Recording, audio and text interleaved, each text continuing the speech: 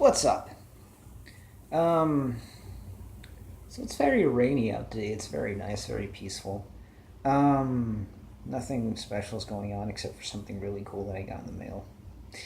I basically just revisited my childhood today, so yeah. Well, let's begin with this.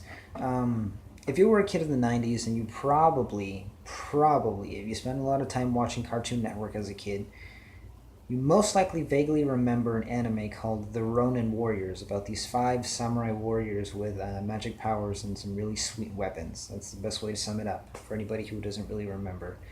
Um, well, that was a pretty sweet anime for American television, and I frankly wish it were still going on. Or at least, that they would be showing reruns on Adult Swim. It was totally kid appropriate for anime, which is one thing I really loved about it. It was actiony. It could be really edgy and gritty, but it was kid appropriate. It didn't have the typical over sexualization of women and stuff that most anime does nowadays. That's one of the reasons why I loved it. Um, but aside from that, um, because it was the '90s and Japan had hit a huge anime boom in the '90s, which carried over to the US. Um, they released a toy line, the Ronin Warriors toy line. Now, in the '90s, it was very rare that you were to find a children's toy that was as well done as you would find most toys today. These toys were not as detailed or as elegant or as slender as most of the Ronin Warriors figures that you would find on the internet today. They were kind of bulky, but the proportions were good. Um, and there was some coloration missing, so the detail is not what you would find in the anime. The point is, I had one of those figures when I was a kid. Now, I had Ryo of Wildfire, and he was the leader of the Ronin Warriors, a red samurai.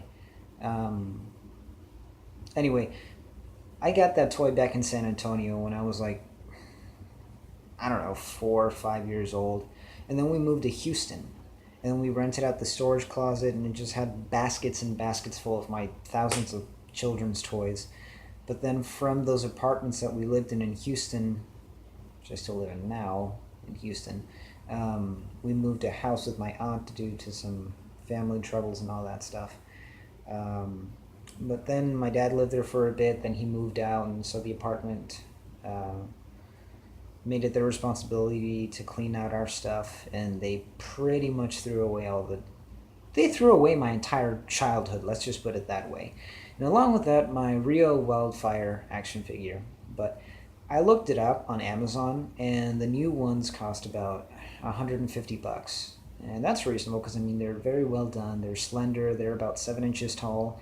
The armor is extremely detailed all the way down to the color, and so are the figures underneath the armor, and the armor pieces are made of die-cast steel.